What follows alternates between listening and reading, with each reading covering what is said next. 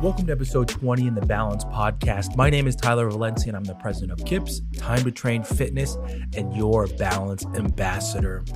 It is 2023. At the time of this recording, the year is just getting started. So what does that mean?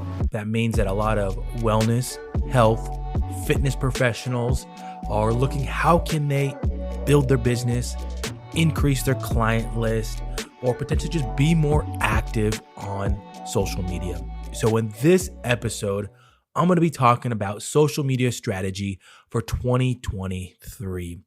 Now, if you fall in that category where you know that this is maybe one of your weaker spots, that you know that this is something that if you want to grow your business, if you want to make this a career, you want to be able to have opportunities with more clients, with a bigger budget, all these types of things, that you got to start somewhere. And I think that is the hardest part, actually.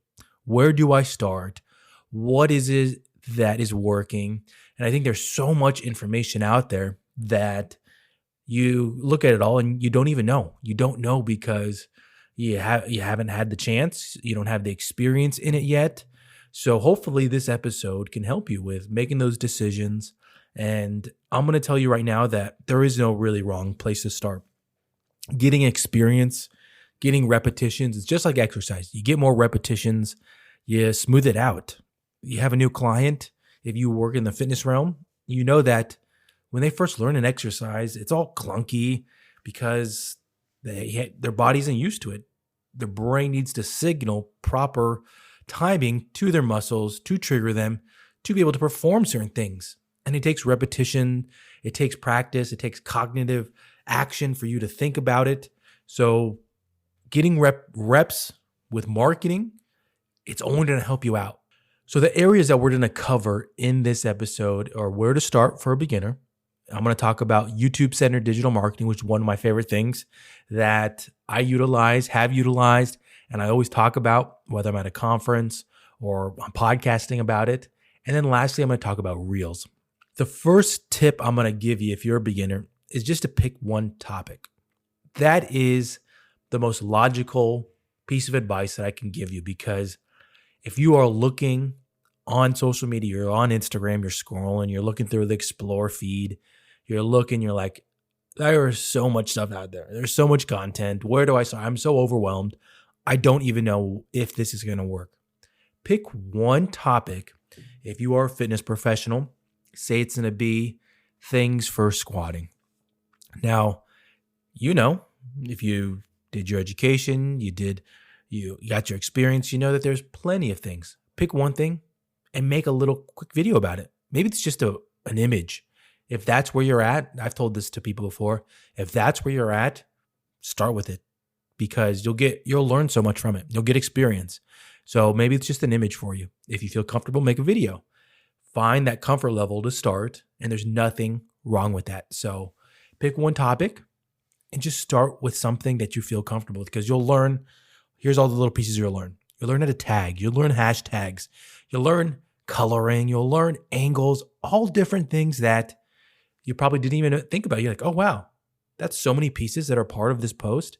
I didn't even know that. But you'll learn about it. You get the reps. And then the next time, okay. The next piece to move on to, if you're a beginner, is to create a schedule.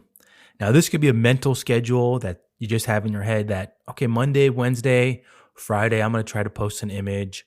Maybe Thursday, Saturday, I'm going to post a video. Or maybe you're actually physically writing it down, pen and paper, old-fashioned way, creating a schedule. And it could be digitally if you want to, but you're starting to create a schedule. What this does is helps you brainstorm. It creates that constant brainstorming that you are putting down ideas and you're not forgetting them, so that when it comes time to put these into action, you have all this information gathered and you're able to start putting these pieces together quicker, faster. That's what you want.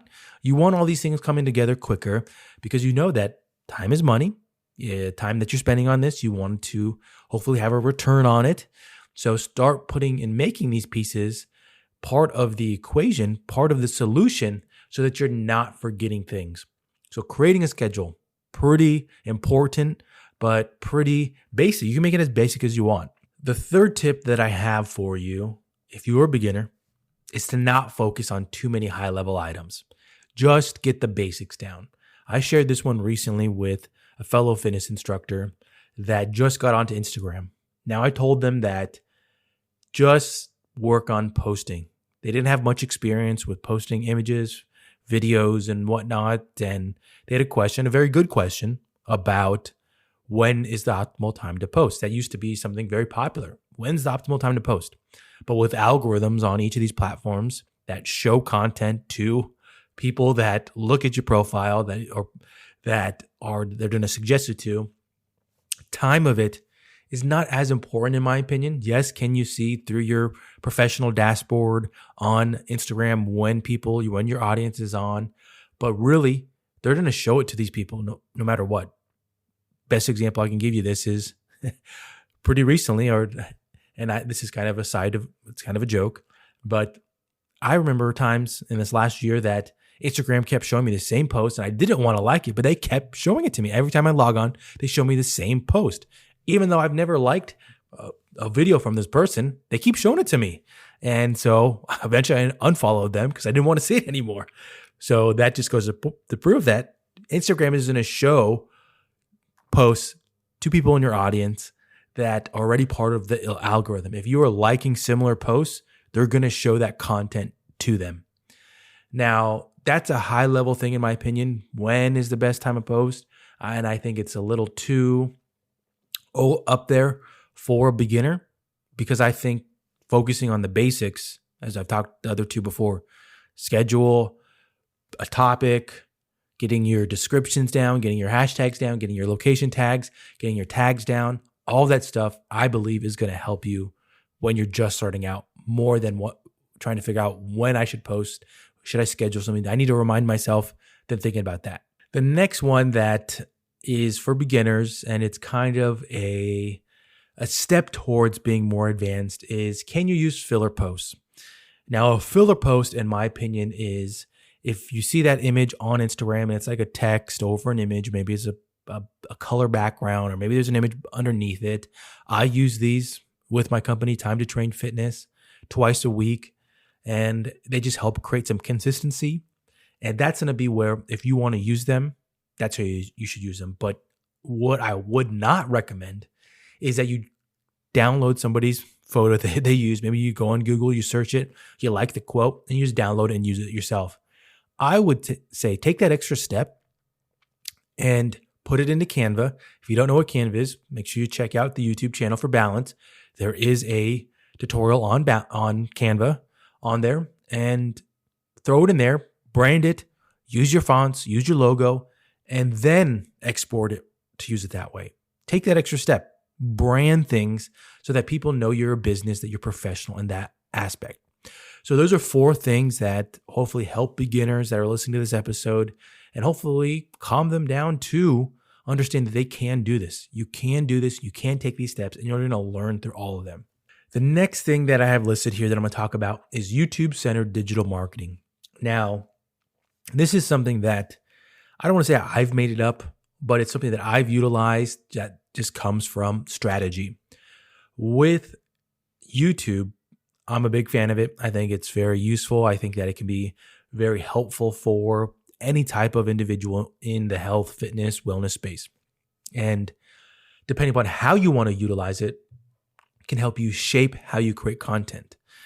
The way that I describe YouTube-centered digital marketing is that essentially you create content for YouTube, you follow all the standard guidelines, best practice, all that kind of stuff, and then you chop it up for social media. You can use the full content for your blog, and then you can also use it for your newsletter list. So you basically have fulfilled a bunch of things that many people will say, oh, these are all important for your business, to run your business. And you did it by just having a starting point. It gives you a starting point for where should I start? How should I gather my materials? How do I grow my business? How do I grow my audience? How do I grow my newsletter list, my blog? All these different things. It gives you a starting point. So how do you start utilizing it? That might be your question. If you are interested in it, what I would say is go on YouTube, search best practices for YouTube, and you will find a plethora of videos out there. I've joked before that I've never made one of these videos before because there's so many of them out there. And you can take 5 tips, 7 tips, however many tips are out there, and you can apply them to the industry that you're in. You don't have to be from that specific space in order to watch a video on these best practices. So you're going to find ones that are just made for general YouTubers, and that'll work for you. So after you watch that, you're going to create your content, your video, you're going to put it on your YouTube channel, and then from there, you can cut it up in your editing software, or you can put the full embedded clip or the video into your blog, and then you can use that for your newsletter. Now, I say at the beginning of this that you can use this however you want because you don't have to fully invest yourself into YouTube. That's something that has become pretty popular over the last few years, even though many fit pros were doing it before. But some people have full YouTube workout channels. And if you don't want to fully go into it, here's a great way to use it just to build your business, have some strategy, and be able to create content on a monthly, weekly basis and put new stuff out there. And if you come down the line and you realize, oh, I do want to make a workout channel, you've already had so many things checked off. You know how to make good videos, you know how important audio is, all these different things that you're like, okay, I'm ready for this. And so you can fully go into it if you want to. So that is basically, in a nutshell, YouTube-centered digital marketing. Again, just think of it as a starting point. It's a little more advanced than just picking a topic and rolling with it, but it gives you a starting point that helps you build out so many different levels. The last thing that I'm going to talk about in this episode is Reels. If you are hiding under a rock, I think that's the phrase for it, you don't know what Reels are, but Reels are very, very important and very popular. If you are on any social media platform, not just Instagram, Facebook owns Instagram, they have Reels on there. And Reels are very, very popular and powerful. I can tell you that from experience, implementing Reels on my Facebook business page has been tremendous. That more likes, more views, more followers, all things that you want. And that's without spending any money on it. And Reels really are a way to be creative. Yes, it'll take time to learn how to make them, how to chop videos up, put text over them, things like that. But a good thing about Reels is there's so many ideas out there. People are being super creative with them, and you can just take that idea and apply it for yourself. You don't have to reinvent the wheel. It's all about entertaining others, and being clever, being creative. All great things in my book. And I think that Reels are phenomenal. And you'll see out there like templates that become popular. And with that, you can go outside your norm, I'll say. You might see a Reel out there that is for the cooking industry or for things that are not inside either wellness, health, or fitness. And you can be like, is this appropriate for my audience? Yeah, because it starts to build a personality behind the channel, behind the content being made. So why not use it if it's popular, and especially if it gets inside that algorithm that people can click on what's ever trending, and they can find your reel that you made for it, and then all of a sudden you show up in it and you get a ton more followers. I think that's a pretty awesome thing right there. So what does that mean? Like what did I just mention about? On Reels, you could see others that have created the same reel, whether it's the song or if you want to download the template for, you could see others that have utilized it. And that's what people do. They find similar ones, they get ideas from them. And that's why people recreate a lot of Reels that are out there, because theirs will be in it and they can get more followers, more views. All things are a part of growing your audience. To summarize with Reels, they're huge on Facebook and Instagram. So using Reels, taking the time to learn them, go back to what I first started. Start with what you're comfortable. Don't feel like you have to make the most advanced reel out there. You have to have the best lighting, camera, all that kind of stuff. Start with what you're comfortable and grow from there. Because again, you'll learn a lot from it. That's kind of the best thing to wrap this episode up with is start with what you're comfortable, because you're going to learn so much throughout it. And all of a sudden you feel more comfortable, more confident building content from it. So this has been some strategy talking about things that are out there to hopefully help you with creating social media throughout the week. That's really what it's about going forward. What can you put out there? Keep your audience engaged, build your audience, and put a personality behind the content going out there. I hope this episode helped you out with just getting started, hopefully a little bit of motivation. We're going to be putting out more content out this year. Hope that you listen. Make sure you subscribe to Balance on YouTube. Make sure you follow us. Thank you as always for being a listener and for being a subscriber. See you in the next one.